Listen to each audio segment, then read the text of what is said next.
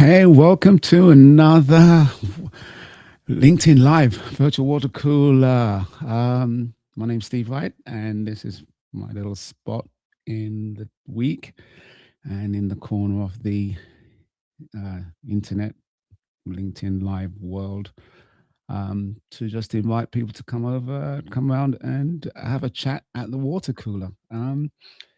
It's always I always start by saying it's always daunting to kind of just go live, but if you do this on a regular basis or you do this professionally, then I'd love to hear from you in terms of how you get over the initial nerves, I guess.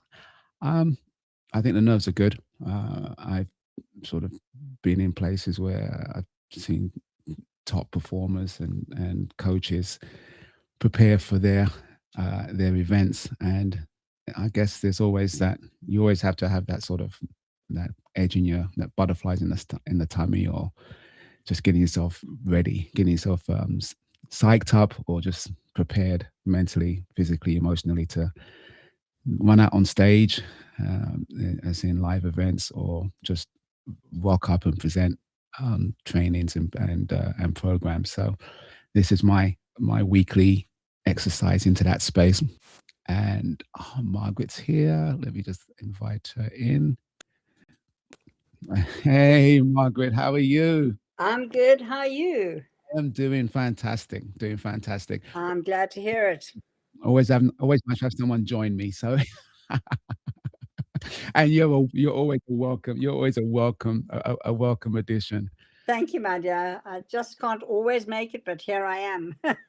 Well, that's the beauty of this. I mean, I was just sort of waxing about what it's like to just show up, and sometimes, it's funny that the even after the amount of times that I've done this, it never feels kind of rote or mechanical, in the sense that I always feel nervous pressing go live. Wow, that's Uh, interesting. and and I think it's kind of, in some respects, it's nice. I always press go live. That's the thing. Even if I feel nervous, I always press it. And I think that's really that's the biggest takeaway, is that, Susan Jeffers' book, Feel Well, the Fear and Do It the old Anyway. saying, feel the fear and do it anyway. That's it, Susan Jeffers. Take I the I risk. remember that book. That's a classic. That is a classic book. Absolutely. And everything is in the title. Yes, yes, absolutely. So how's your week been? Interesting. Interesting. How public is this? It's live. Okay. Good Um, question. I won't tell you what's majorly then been Okay. taking up my time, but it's all about progress, Mhm. moving forward, building on what has been, Yeah. because while you still live and breathe, you're always building. Amen. Amen to that. And you're a testimony to that too. So that's great. Well, my favorite thing, we don't age, we sage. Oh, I am going to steal that one like a. If we choose, and it is a choice. Yeah, okay, we don't age, we sage. I'm gonna stick that in the. I'm gonna stick that in the comments there. That is, I love that. Well, it sounds Um, so much nicer, doesn't it? yes, yes, we don't age, we sage. Uh, I'm gonna type that in there. Uh, sorry, so it's fresh. We don't age, we sage. That is beautiful. But it's a choice. We can Yes, that's true. choose. We can It's choose. true. Yeah. And I think, that's the major thing, is it gives us agency to make Hmm. the choice between the options. Yes. Yeah. Yeah. Choice. Yeah. Choice. Yes. Like you said, there's a distinction between choice and options, and we can always Hmm. lean into the choice, even if you feel like there's no option. There's Well, always a choice. and that, I think, is probably one of the aspects of stress, is where we feel we have no option, where we Hmm. are bound by something, Yep. Yep. literally spellbound. Yes. Yes. Yeah. And yeah. and it's our own spell most of the time. Or it's been cast on us by an elder in our developmental years, who always knew better. Mm. That's an interesting spin as well. Yes, we've been carrying somebody else's spell. Wow. Wow. Well, this is really, part of the power of fairy stories. Mm, Is that almost always in the fairy stories there was, some sort of spell cast over mm, the junior characters that were kind of almost bound by that spell mm, for, and it's particularly challenging when it happens in our developmental years, yeah. is we are told that a particular thing is, and it's gospel truth. Yes. Yeah. Never to be questioned because authority says that's the way it is. Mm. Annie Cook just dropped in at the Just right time. entered the room. Yes.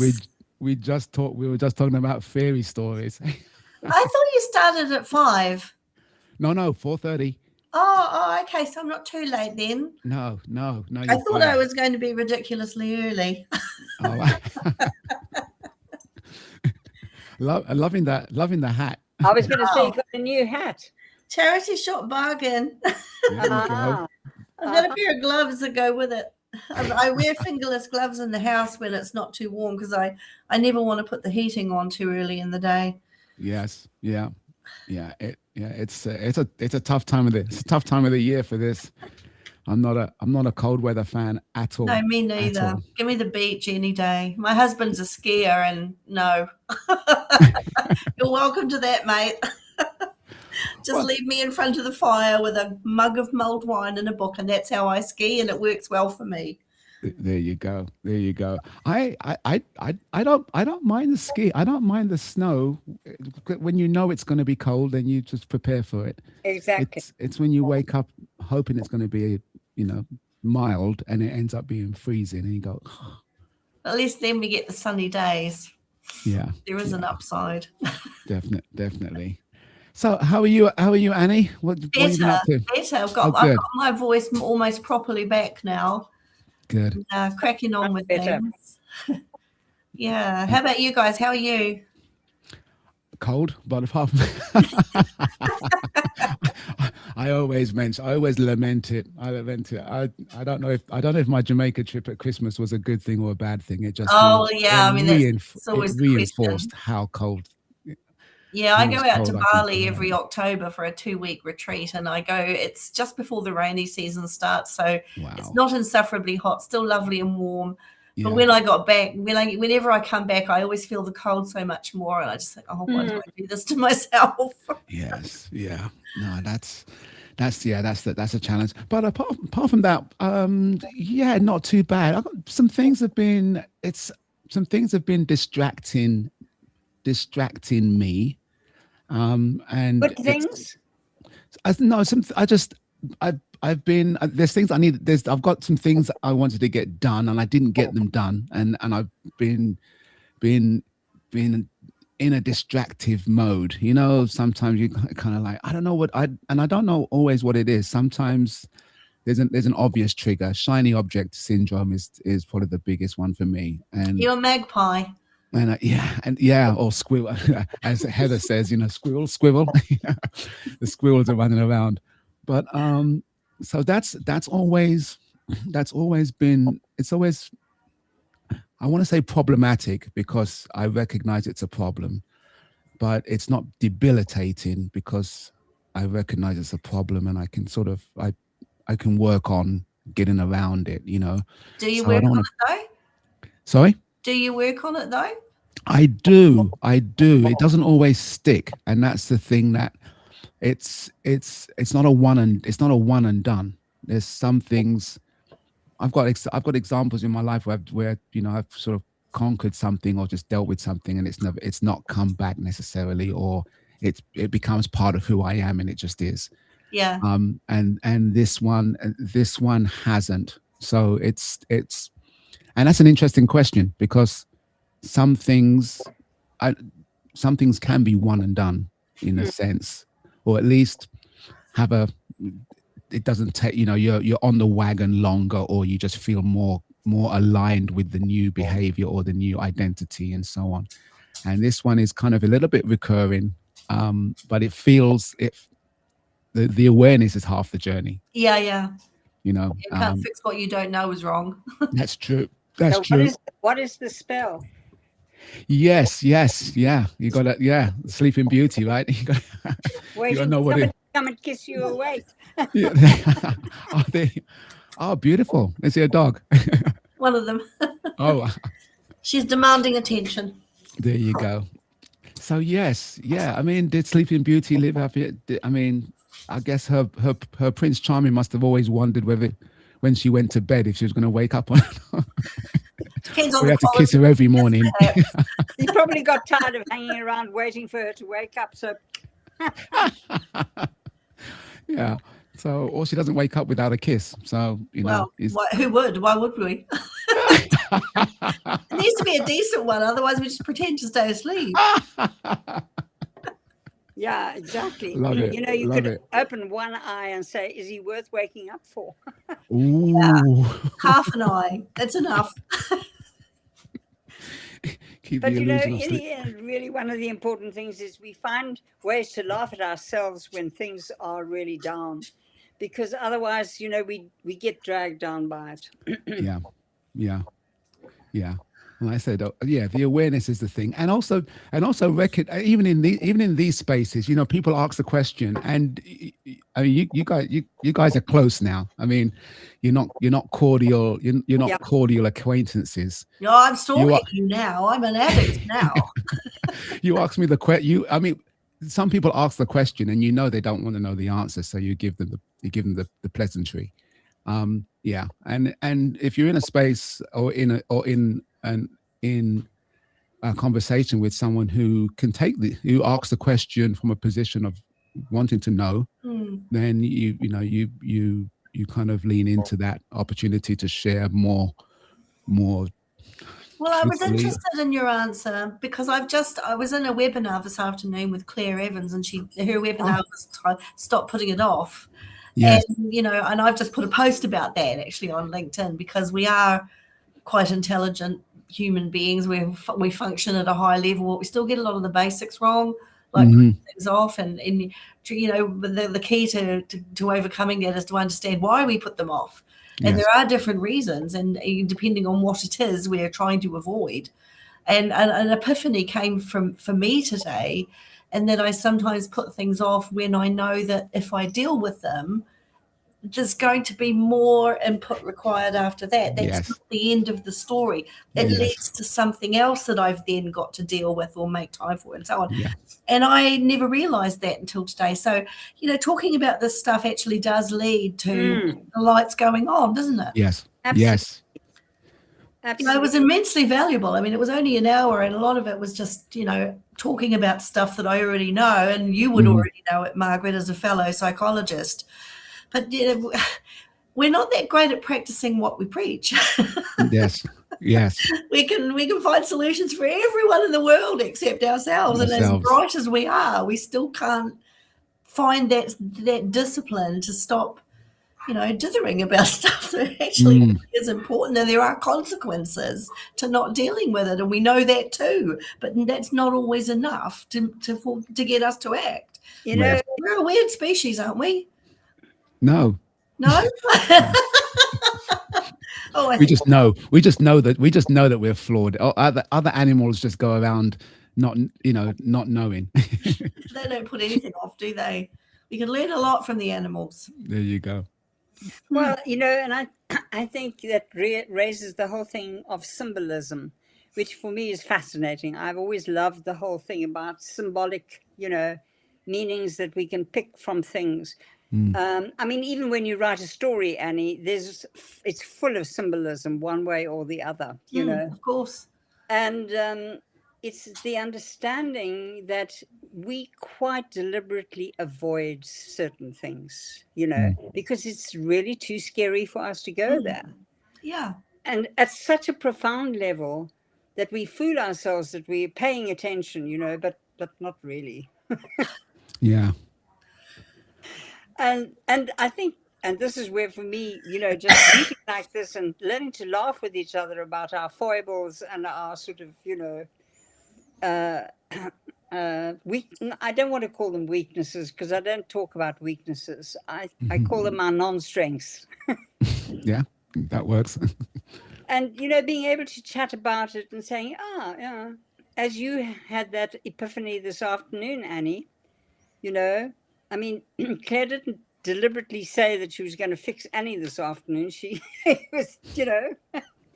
Well, that's the thing. I mean, the work that we all do, we don't know how inspiring some of it actually is. I mean, the books that I write, I have the occasional person emails me and says, you know, my God, this was amazing. It really resonated with me. I laughed, I cried, this, that, and the next thing. And that's like one person. So I imagine that I maybe touch a lot more people who don't come and tell me that I have.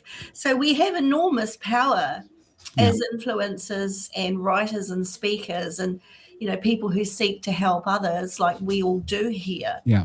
The impact is probably a lot more far reaching than we'd ever know. Yes. Yeah. I totally believe that, because there's so many sort of cumulative touch points that get somebody to the point of sharing that they've had the breakthrough or the transformation or the change. And it's not even necessarily the attribution of the change isn't with the last contact point. It could be the first contact point. Oops. Oh, where'd you go? Steve, get back here. Get back here, young man. I don't know what's going on. I've had this is interesting. I've had a couple of tech issues. I don't know if it's my connection or what's going on there, but we don't know which touch point is going to be the one, and we can't take the attribution of if they've given us the kudos, then we are the ones that made the change. No, we could have just been the last block, the last piece of the puzzle, and they decide to sort of share it with us. So yeah, it's important to not understand that there's multiple things that go into making that transformation. But like I said, being open and being in that space where you can share realistically. We are we're not messed up as much as we're just. I think there's an element of us always striving and never arriving, and then that becomes, like you said, Annie. You know, I have that same thing whereby I know if I do something, it's going to mean something else. It's not done, and do I start? And do I know what this step is requiring of me down the line? And am I okay with that? And sometimes it's just a feeling. You go, yeah, I'll just do it.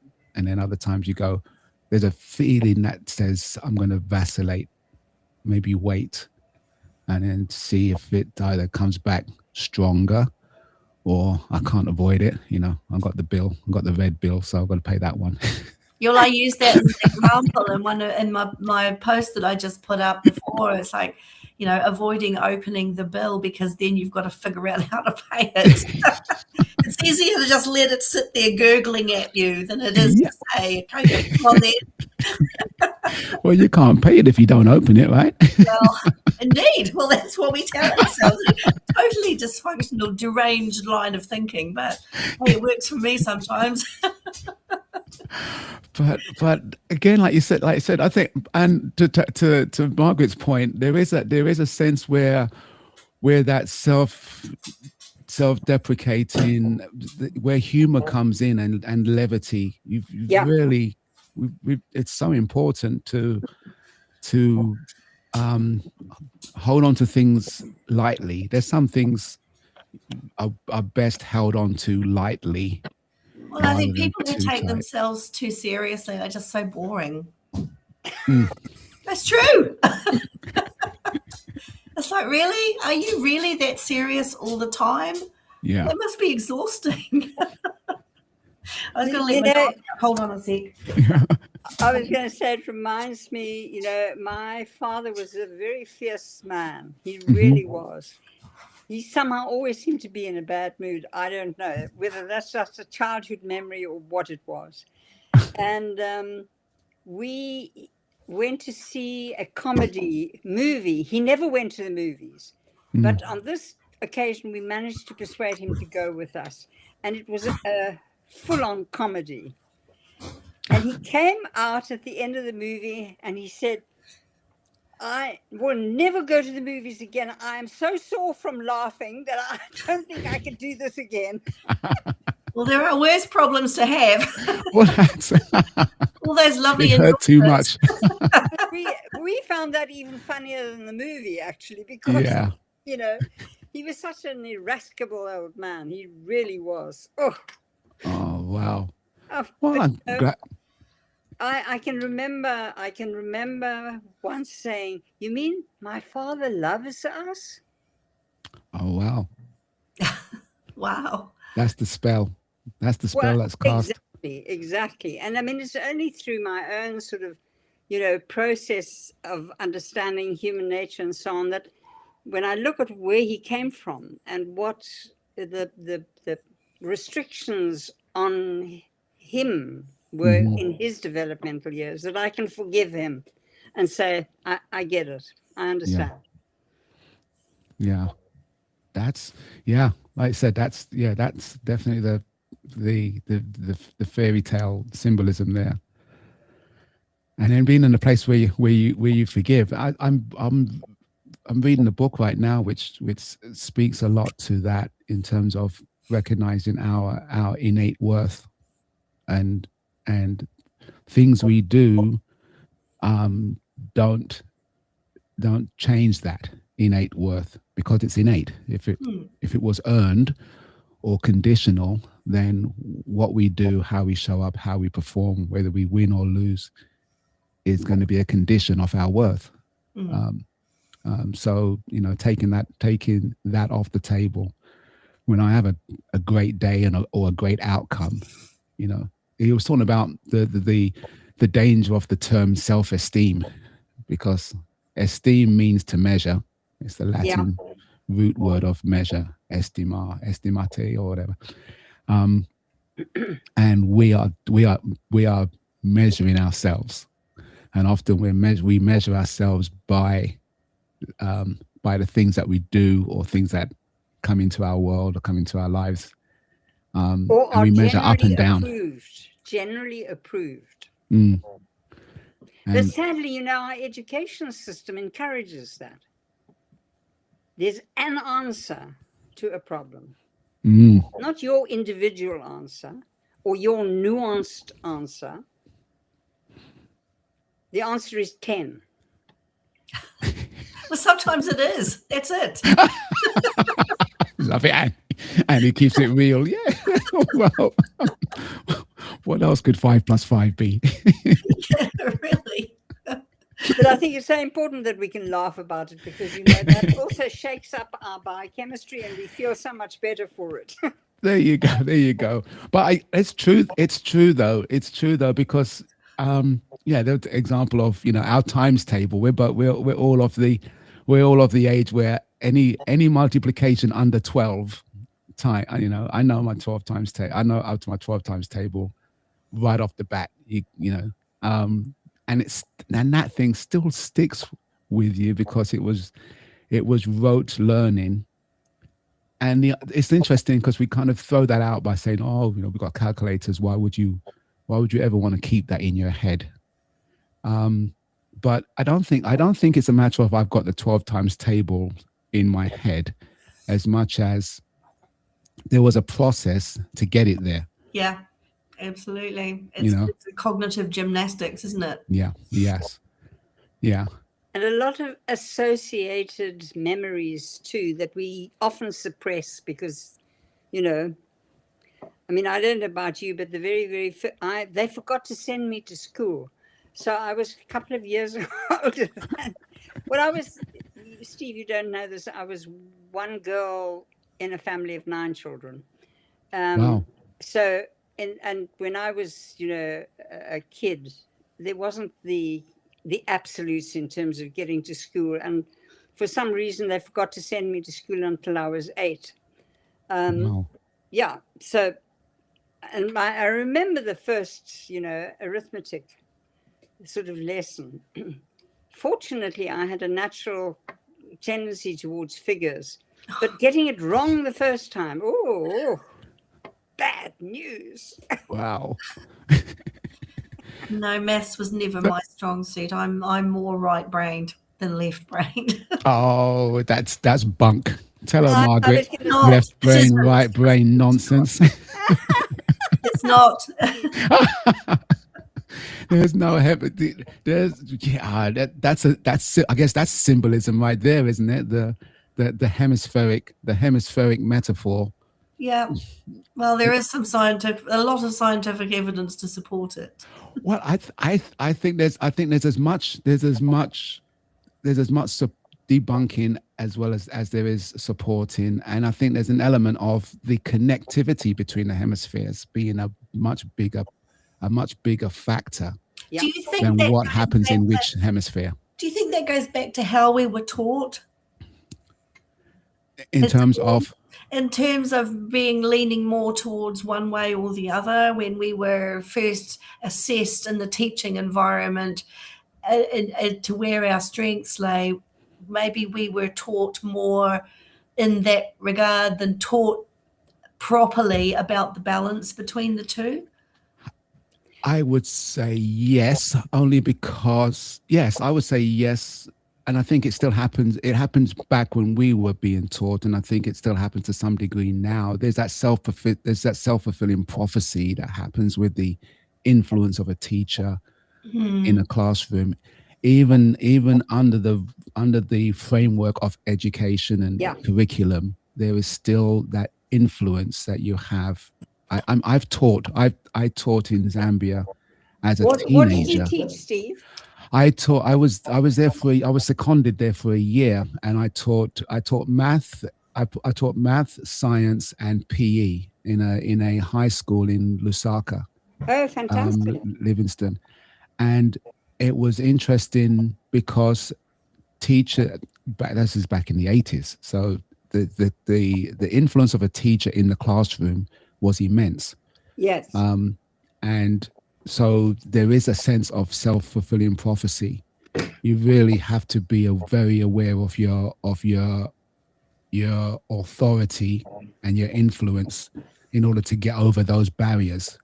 I went down boys tend to be that's a great generalization. I felt that there was a lot more. I felt I lent more towards the sciences and maths and physics than art.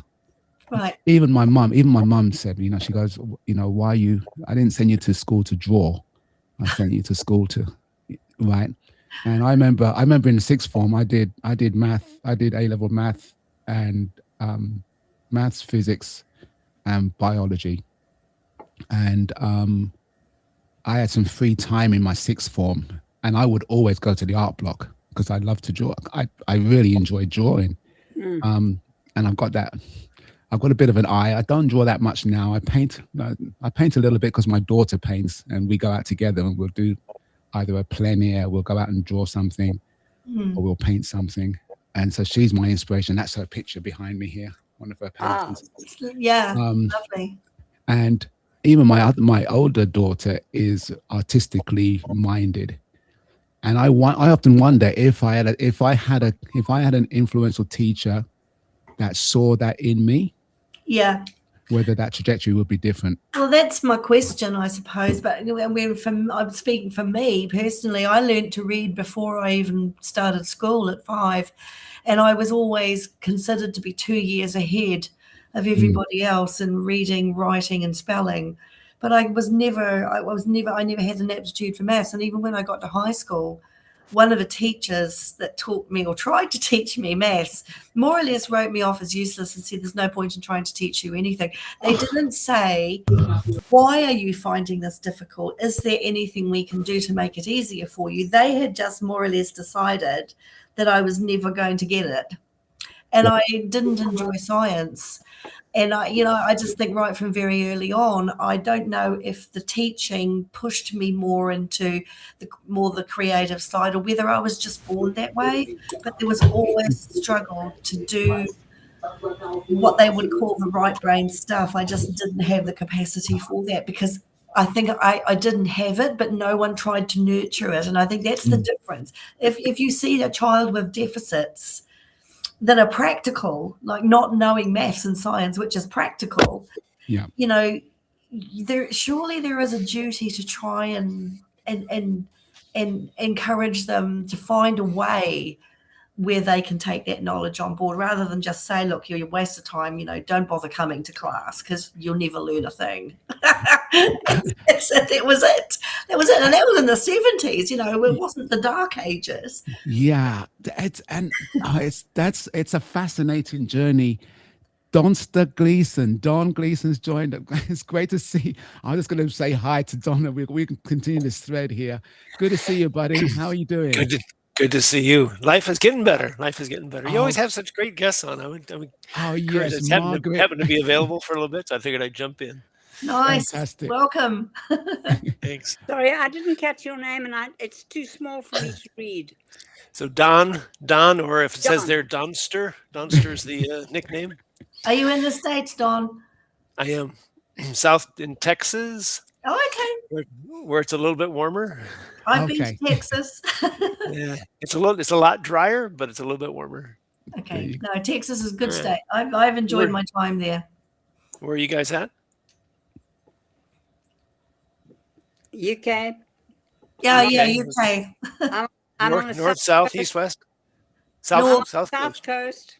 Okay. So if you put a CA into your name, that's where I am, Doncaster. Oh, okay. Yeah. Okay. Put California into Donster, and you've got Doncaster. You've got South Yorkshire. Okay. How's that for words and letters, Steve? There you go. I think I've been in the UK 4 times. Yuck. Just put a Y in front of that. Yeah. It's a beautiful area. Yeah. It is. Where did you visit, Don, when you were here? Well, I was in the Air Force in Germany, so we went to Lakenheath Air Force Base, Mildenhall. Went to the far west side over at it's another air base over there we use for staging aircraft when we need them. They call it a COB, co-located air base. And then we did go over to the east part. So but more in the southern part, a lot of times London. So Did you go to RAF Fairford at all? Fairford, that's the one I'm thinking of. Yeah. I used to live within sight of that. I could see the base from my cottage. Yep. There you go. Yep. Yeah, we used to love living there because there was a lot of activity. The airmen, that was Navy boy. Yeah. That's right. Those Air Force boys. And there was Alconbury. I've never made it to Greenham Common, which is farther north, I believe. It's much more of a top secret communications intel place. That's very cool. That's very cool. So we would go on Thanksgiving, America's Thanksgiving. We'd come down we'd go to London and hit the theater and hit the pubs and had some friends of ours we would go with and just loved it. So saw a number of plays. It was great. I used to work for British Aerospace, the maximum security site at Walton in Lancashire, and we had very close ties with the Americans back at that time. Yeah. Oh, good. Yeah. Well, I hope with everything going on, we don't lose that connection. Well, who can tell? I think it's up to the layman to maintain connections. I don't think the governments would know how to do it. Yep. We're certainly losing it with Canada right now. So we were just in Kentucky, and it's the home of bourbon, right? Yes. So we went we saw an ad from Jim Beam that they were pretty much slowing, if not stopping, production because they they've got warehouses full. They can't sell it because Canada's the number one buyer.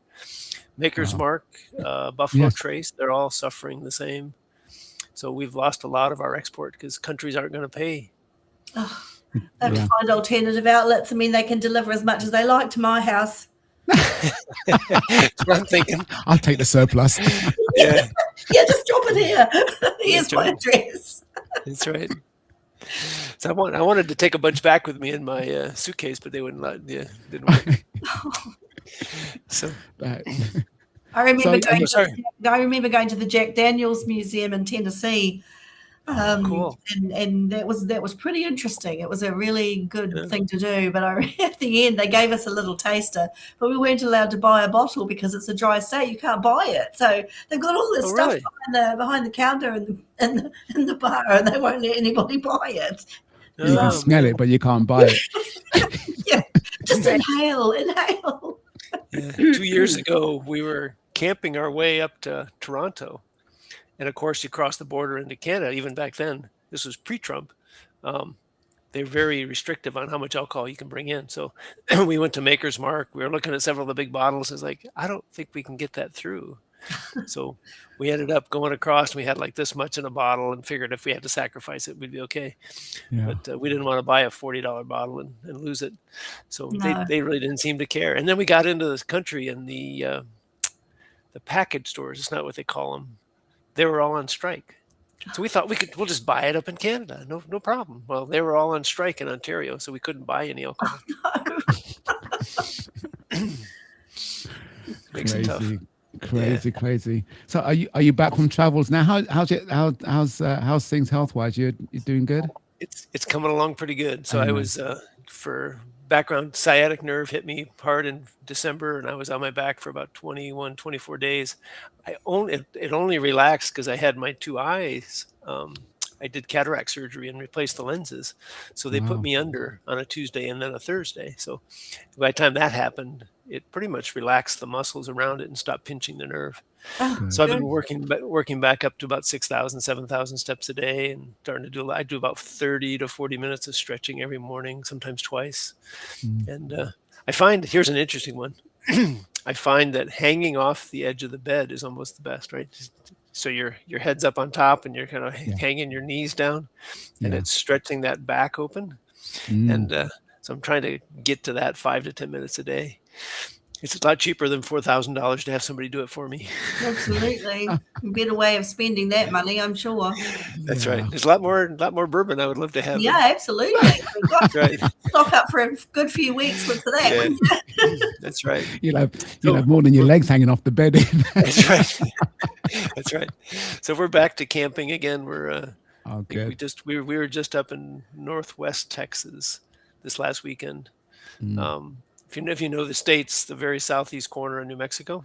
Yeah. And there's a sand hills there. So we about 4,700 acres. So we were exploring the sand hills and looking at birds through the different types of birds through the sand hills. New Mexico is a lovely state too. It is. Yes. Yeah, I saw a lot of that. I rode my motorcycle across North America for 2 months on my own in 2007, and I spent time in Texas, New Mexico. Just more or less went through the middle. But I loved New Mexico, the Rio Grande, all of that. Oh, such a beautiful part of the world. And what amazed me the most about the States was how much diversity there is within the same landmass of scenery. And, you can be on the beach in LA and then try and get to Tahoe and it's snowed in. It's just so much on the one continent that is, I mean, you've got every country rolled into one there. I just had so much fun seeing all of that. That's right. It was amazing. That's right. We had our landlord when we lived in Germany. He said, "I'm going to take a week and I'm going to go see US." And we said, "Well, which part?" He goes, "Well, I'm going to hit." Yeah, he says, "I want to hit New York City and then hit Miami and then go to Atlanta and then LA and I want to hit the parks in Utah." And I was like, "You can't do that in a week." Well, I did 2 months. I did 2 months on the bike, and I could have done 2 years and still not seen everything. Yeah, he just didn't realize how big the U.S. was. Yeah, right. Because Germany is about the size of Wisconsin. They always say. Yeah, so it's a big place. I went out on that. I took my wife on a date from San Diego, and I thought I was going to drive to San Francisco for a date, and it's like that wasn't going to happen. You can fly there, but you ain't going to drive there. Yeah. It's a fair old hike up that highway. It's a lovely highway, though. It's a beautiful drive up. We got it. I told her it was a surprise, and we drove, and it's nice. I like to drive, and it's just great side by side, and you just drive and chat, and it was just nice. And she goes, "Are we there yet?" I went, "No, we're not quite there yet." And it got to the point where it started to get dark, and she's like, "Okay, well, we got as far as Monterey. We didn't quite get to San Fran, so we stopped in Monterey." But yeah, it is a big old state, man. It's like you don't think about it in terms of land. Well, I got a bit lonely after 2 months, and I was ready to come home at the end of that. But I think if I was to go back, there's a lot more that I would do, but I'd want to do it with my husband. Mm-hmm. Yeah. Because it's hard yakka on your own for that long. But it was great. I mean, I wouldn't change it. It was amazing. But I came home with a sense of how much I hadn't seen, because it's just so much. Did you write about it, Annie? I read a blog at the time. Yeah, I probably should write more about it. It's not something that actually comes up in conversation much anymore, because it was a while ago. It was nearly 20 years ago now. So yeah, you'll appreciate this. My daughter, about 2 years ago, she renovated a van. We helped her buy it in about 2021 maybe. And she renovated it for a year and a half. Then she started about 2 years ago full time in her van. Last summer, she drove Nebraska to Arizona, went up the West Coast all the way to Alaska. We met her in Alaska for 2.5 weeks, toured with her, and then we flew home. She drove all the way back around. She just left. She's now doing the East Coast this year, so she's down in Florida, and then she'll go up the East Coast. We'll meet her in August up in Connecticut by Boston. And then she has to go back to Nebraska, so we're going to take care of her puppy. And then so we're going to camp our way up there. So we'll be gone about 6 weeks. And you got to go to Maine for the lobster. We're going to go to Maine. We have a friend up in Maine, so we're coordinating, make sure she's there. And we were there for this lady we know. Her husband passed away 2 years ago. And so we were up there. First time I'd ever been in Maine. So we tried the lobster sandwiches, lobster bisque. Oh, man. Life is good. Lobster and so good. Yep. We need to talk. So anyway, it's my daughter and her puppy touring the U.S., going to all the national parks. Oh, that's beautiful. What a neat opportunity. And she's got a full-time job, so she works 8 hours, and then she goes 50, 70 miles to the next place. Good for you. Stops at breweries and wineries and lavender fields and all kinds of stuff. Is she documenting her trip, or? So she's not doing blogs or anything, but she is doing podcasts. Right. So she started a podcast, and she does about 7 or 8 episodes. Her first year, she interviewed her parents 3 times. I thought that's a little bit much, but it was while we were in Canada, right? What's the expectation for Canada? And then, hey, did you fulfill your expectation? Yeah. So. That is interesting. You have to share the link of her show, because it's fascinating. Just like I said, you don't realize how big it is. I went to I said I was in Zambia as a youngster, and people don't appreciate how big the continent is. Yeah. At all, and it doesn't look that big on paper, and you think, oh, that's just a little bit from here to here, and then you don't realize that's a full day and a half, 2 days travel to get across there, and then the roads aren't as good. And that's the other thing, yeah. But we want to go down to New Zealand, and you don't think of New Zealand being huge, but it is huge. So, and Australia is even huge. So yes, yeah. We got one of these Februarys. We're going to head down there and escape the cold weather here. Not that it gets that cold in Texas, but we did have a good week of freeze this year. So it gets pretty cold in New Zealand. Just be a bit careful when you go. Well, we'd go during their summer, right? Yeah, go there in the summer. But saying that, the seasons are changing, and it's summer there now, but there's a lot of problems there with bad weather and landslides and snow and summer, and nothing is guaranteed anymore. So I think it's a bit potluck. Yeah, I want to go to some of the castles from the Lord of the Rings and participate in some of the fights. Have my big 5-foot sword. Yeah, I'm from Queenstown, so if you head to Queenstown, that's pretty nice. Okay. Yeah. How long ago since you left New Zealand, Annie? Well, we've been back and forward quite a bit. Okay. The last time we lived there was 2006. Oh, okay. But we went home for we were there from 2006 to 2012, but we boomeranged back and forward a lot.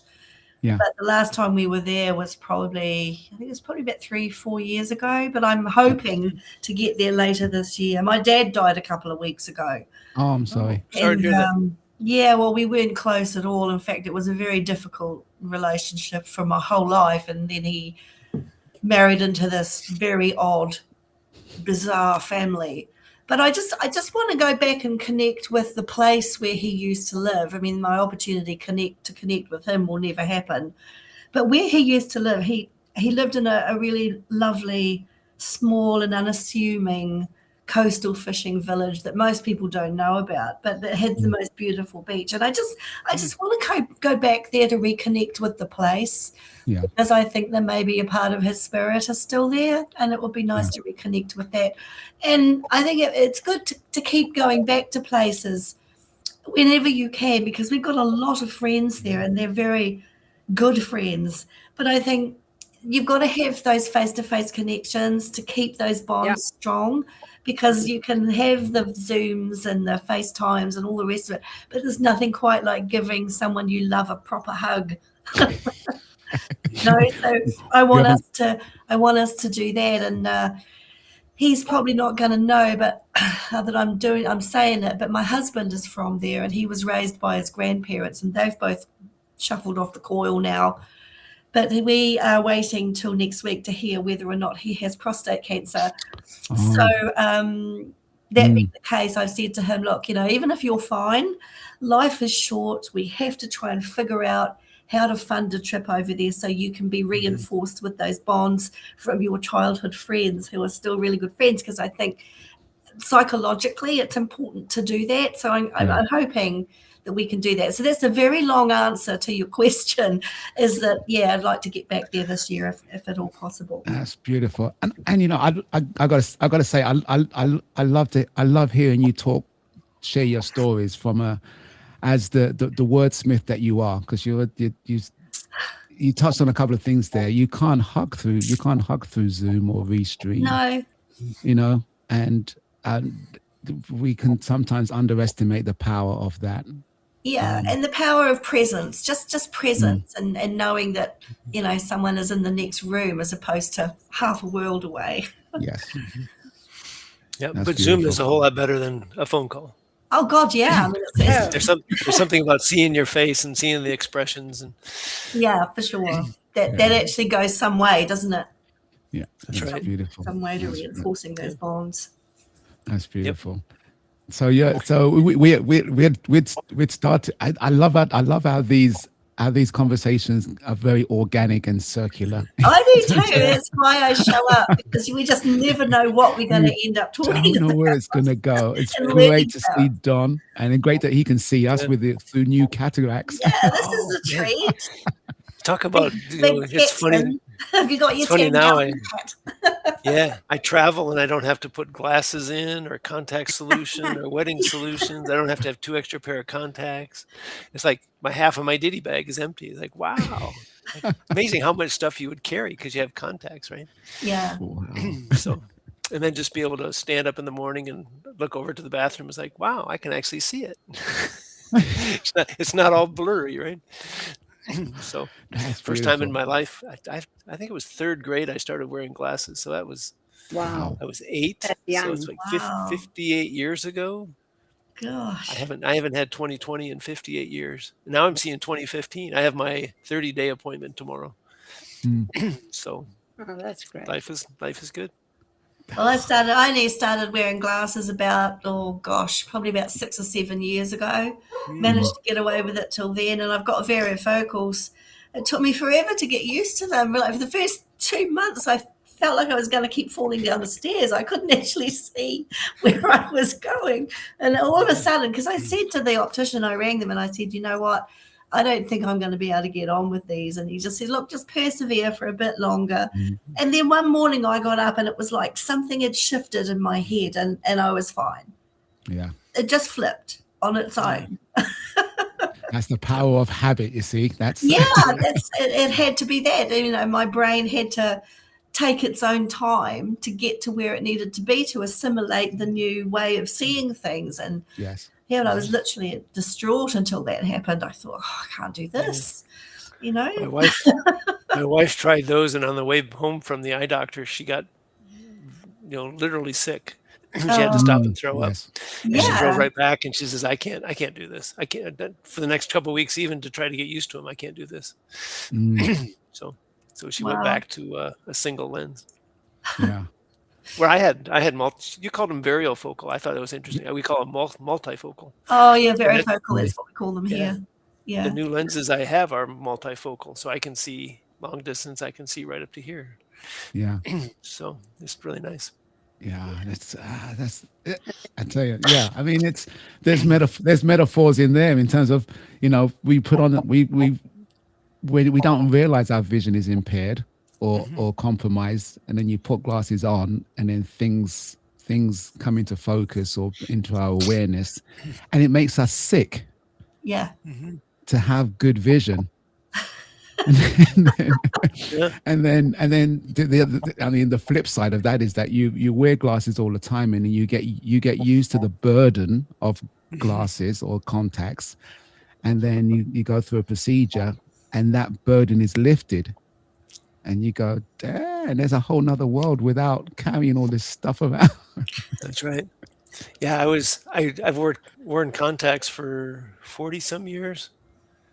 And dry eye is getting worse. So I could wear contacts for about 3 or 4 hours, and I would just be blinking like crazy, trying to get. And I'd be putting in solution and wetting drops and lubrication, and it was one of the things that drove me to let's do the surgery because I'm going to get rid of contacts. And I still put in drops a couple times a day, 3 or 4 times a day, and probably not as much as I should. But it. Were you scared to have the surgery? Oh, you're always a little bit apprehensive, right? But my wife went through it 14 months ago, and she had fantastic experience. The hardest part was it was right before our Thanksgiving, and I wrote everybody in an email. I said, your sister is having cataract lens replacement, so she cannot pick up anything. So she cannot be in the kitchen during Thanksgiving. So you need to do the chicken, the turkey. You need to do this. You need to do that. So, and I was there washing the dishes and kind of coordinating, and my daughter really took most of it on. And her brother cooked the turkey in a deep fryer outside. So everything worked out great. But boy, it was a little bit different for her not to be in her kitchen. Yeah, and different for you, I suppose, to kind of finally appreciate just how much she did, if she did it all. Yeah, it's funny because a pity we have to be incapacitated in order to be appreciated. Yes. Oh, wow. That's another one. Yep. I don't know how many times I walk in the kitchen. Can I steal that for one of my novels, please? That's right. Please. By all means. And you don't have to credit me on it. Yeah. I would always go in. In fact, I do it every night. Hey, what can I do for you? She's like, no, I got it. So you want me to stand here and look pretty? You want me to talk to you? What do you want me to do? Right? But I always get the dishes. I always get the cleanup. She cooks. I clean up. Yeah. That's a good deal. Yeah, that's how it works in this house. It works pretty well. Whoever cooks doesn't have to clean. There you go. Fair. That's a fair enough rule. That's fantastic. Oh man. Yeah. So it went well, and your recovery was good on the surgery. Yeah. I'll find out tomorrow after 30 days. There's a little bit of kind of haze on my left eye that I'm not sure what's going on, but it's kind of enough just to kind of bother you. It's like there's something in there of like the eye material that gets in there, like that accumulates in the corner of your eye. Yeah. It's hardly enough to really bother you, but but I've already had several different appointments and they can't see anything going bad. Okay. Everything's healed very well. It's interesting. They make a, through laser, they make a slit, and they can, through laser, break up the cataract or pull the lens out and put a new one in.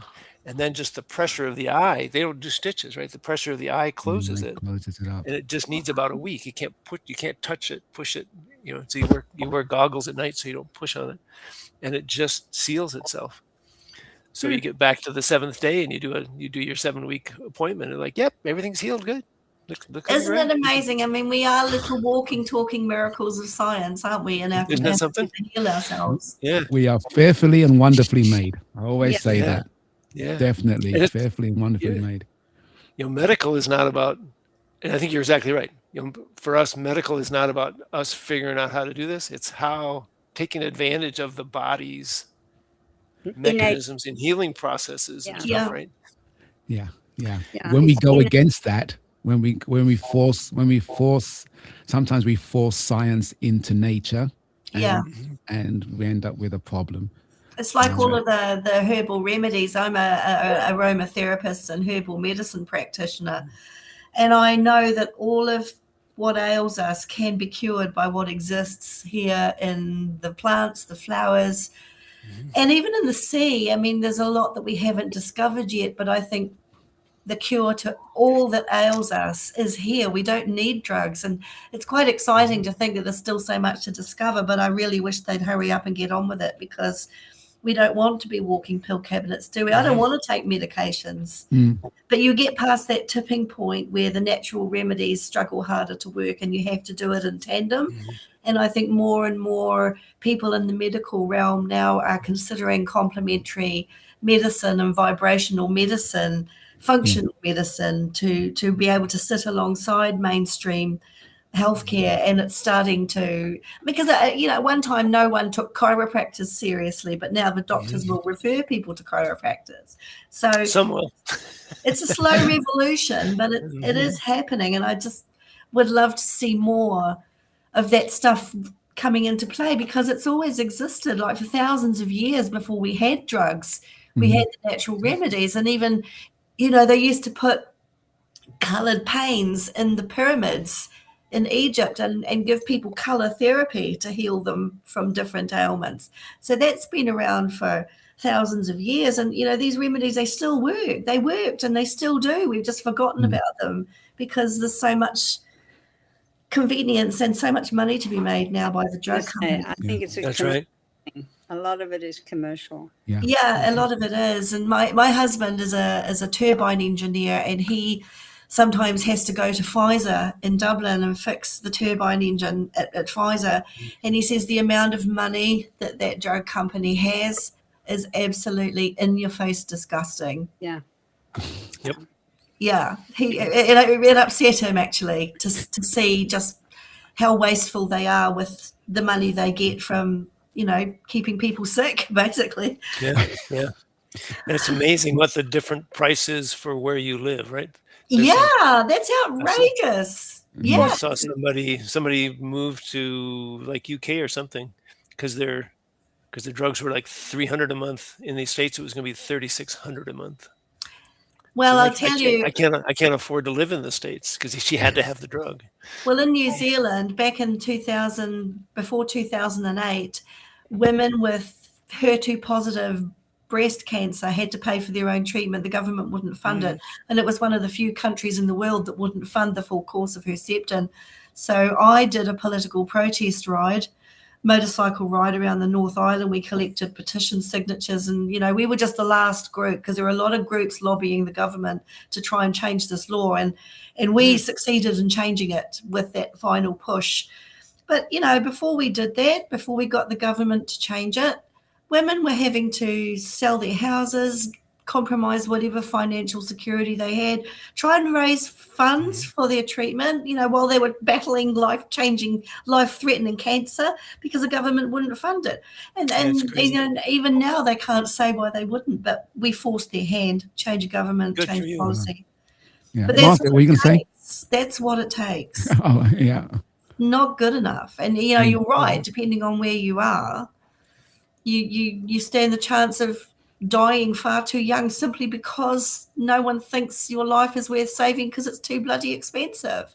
You know, I just don't get it. But that's life, you know. It's horrible, but it's the way things are. Margaret, I tell you're going to jump in there. I was going to say, I'm old enough to be able to tell you that my father, who was a doctor, used to make all his own medication for his out of, tincture of this and essence of that. And it was all plant-based or seaweed-based, actually. And, what was naturally in the environment was distilled and, the essence of it was used to actually do the healing. Yeah. And I remember, it was fabulous when I was tiny. I used to love sitting in his dispensary. And he had these wooden shelves with all this tincture of this and essence of that and, and so on. And watching sometimes minute difference in the actual quantities that he would use. But it meant that every single patient got their own recipe. He never duplicated anything. Did he keep a record of his recipes? Sadly, unfortunately, because already by the time he died, the drug companies were already taking over, Oh, that's such a shame, Margaret, to not have those. I think, it may be that one of my brothers, because 3 of my brothers also were doctors, and I think the one did manage to record quite a bit, but he's also passed on, so, It's interesting, like we talked about, science coming alongside nature, science recognizing nature's remedy, getting out of the way and letting nature do its thing. When we are smart enough in our scientific approach to recognize that nature does it better than we do, so let's not try and emulate nature, but let's support nature, like with eye surgery. Let's utilize nature.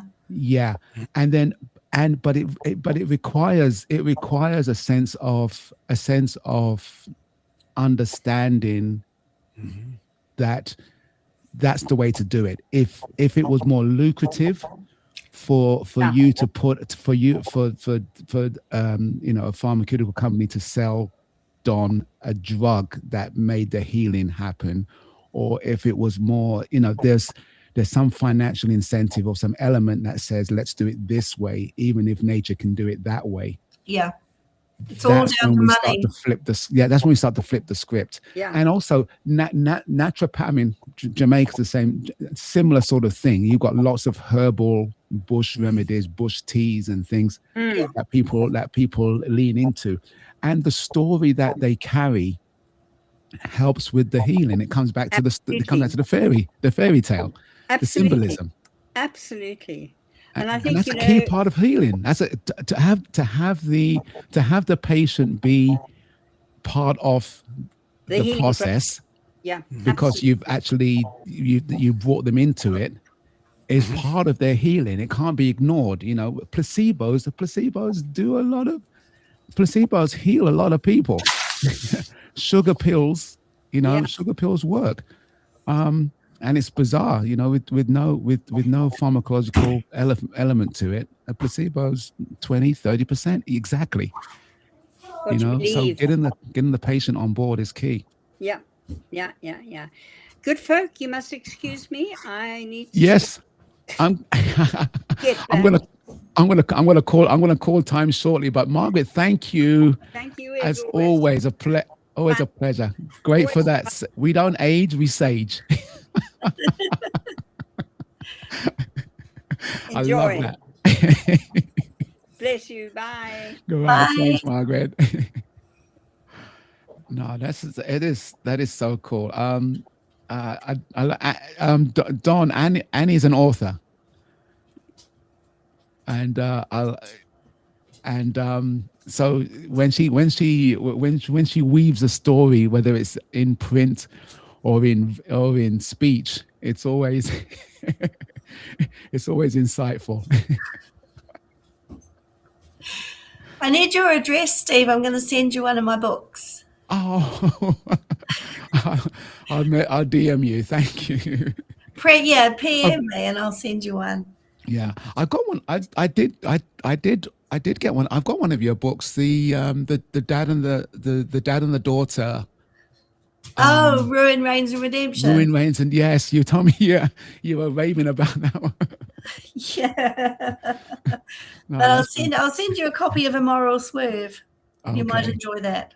All right, fantastic. It's not one of the Teapot Cottage ones. It's a separate one, but you'll probably enjoy that one. Okay, cool. I will. Yeah, sign it, please. Yeah, well, of course, always. We can't send it to you, Don, because the tariffs are too high. Yeah.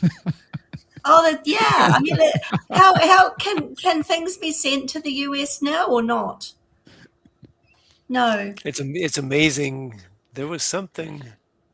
I heard a story a couple of weeks ago. There was just something that was small, and it was like a $7 or $8 piece, and it was going to be $20 to bring it in because of all the tariffs and stuff. And it's like, so they had to find another route. Wow. So yeah, people are having to make that decision now, right? Depending on the tariff, and the tariffs keep changing. So do I or do I not go buy it over there? Do I find an alternate source? Do I do it without? It's crazy. What sort of books do you like to read? So I'm big into personal growth. I'm a John Maxwell certified speaker, trainer, coach. Get to use his material. You're into nonfiction. Yes. Okay. So my wife is getting me into books that I can enjoy. So I've gotten into The Deception Point, and I always forget, what was the one that was in Paris where Tom Hanks had the movie?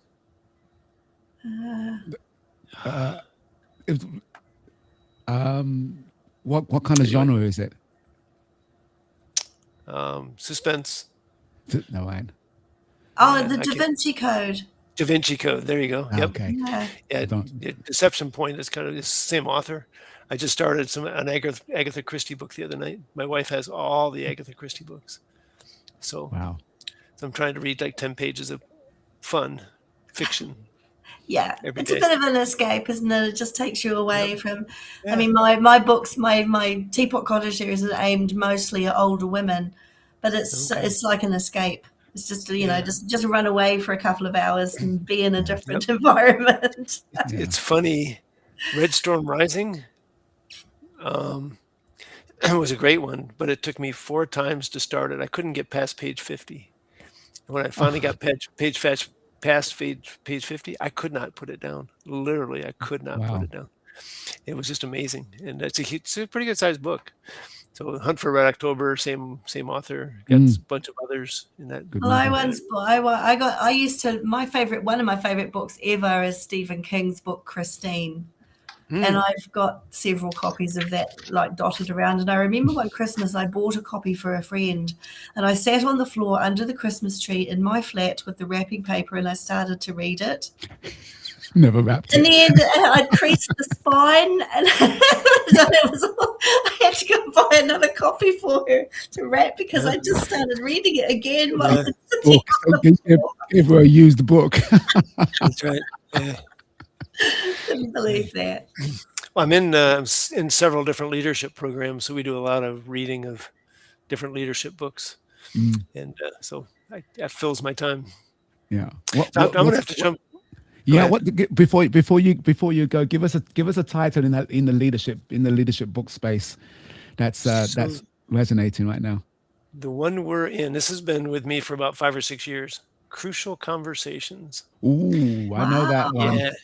Yes. That sounds interesting. Oh, it's amazing. And every leadership program that I've brought it into has said that's their best book because it works for personal relationships, family relationships, work relationships. Yeah. And it gives a whole perspective. And there's a whole bunch of videos on YouTube that go into different examples. And the other one that's probably my favorite is 5 Dysfunctions of a Team because it's a story. Just it's got a California tech company into and they bring in a new CEO, and she talks about the personalities and how you got to have conflict, and you got to have but she defines conflict. What is conflict, right? We tend away from ever saying anything bad or holding people accountable in organizations because we don't want them holding us accountable, but we have to do that. We just don't get personal about it, right? There's a line, but you don't cross the line where you start to attack people. Yeah. And so I thought that was a great construct. And it's one of my messages. You can say anything as long as you do it the right way. Yeah, that's a good point. So I'm going to have to jump as well. Thank you, Don. It popped Great up to in see Facebook. you, bro. I got done with another meeting and it popped up on Facebook, and I said, I can make a half hour for that. I haven't been here in so long. It's been like 2 months. It is fantastic to see you. Give my best to your wife and family, and enjoy your camping sessions. Nice to meet you, Don. Good to meet you, and good to meet you, Annie, and Steve. We haven't forgot that when we get over to the UK, we're going to be coming up your way. Oh yes, come see a castle. I want to sit down and have a beer, a pub. Yep. Have a beer in a pub with you. I think everybody wants to do that, Don. Everyone wants to do that with Steve. He's got a long list of beers coming. I only drink thirds. I'm a lightweight, so that's fine. I'm an easy. We'll book you into Al-Anon now, Steve, in advance. All right. Thank you, Don. Take care. Good to see you. All right, great. Annie, yes. you're a little rock star here. I'm so chuffed that you're. Well, as I said, I'm stalking you now. I'll probably be here most weeks. No, but it's delightful to just have a conversation that kind of meanders, and it's like being in a maze. And you just when you look back at the thread, it goes all over the place, doesn't it? Yes, yeah. So good, because we just get so focused on certain things and talking about certain things and considering those. It's just nice to have that chance to meander, because I think we're losing that. I think this is such a valuable platform for just being allowed to ramble and see where we end up. I think, because we always end up somewhere good, don't we? Yes, because you start the journey trusting that you're going to end up somewhere good. And that's one of the things I love about this is that I always have the best intentions for doing this. I don't.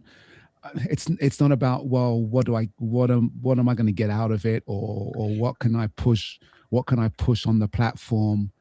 Sometimes these environments, smack of that backdrop, and therefore people come into it guarded. But the thing is, you don't even have to say that, because people just get that through you because of the way you are and the way you open up and the way you encourage other people to open up. We all come in here knowing there's no agenda, and that's it. And it's like I was saying in the workshop that I did yesterday, that I talked a lot about safety, because the primary driver for every living creature on the planet is to feel safe. And nothing else can happen before that happens first. And I think when people come in here, they feel safe. So it just goes where it goes, and I think it's absolutely delightful for that. Beautiful, and I love it. I'm loving that hat, man. That's I know. I see myself in reflection. It's like, I'll see if I can find another one for next week. Get me one of those. Okay, I'll DM you my address. And do that. I'm so excited to look out for you. Okay. Annie, we'll catch up again soon. For those watching on the replay, I didn't get many comments on this one, but that's fine. Paul, I always give him a shout out. Paul, Mr. Whiskey, Carl's often a regular, a visitor here, and my buddy on the West Coast, in the US, Justin. So come in and catch us. Annie, thank you so much. We'll catch up again. Thank you, Steve. Have a good evening. All right, we'll do. Take care. Bye. Bye.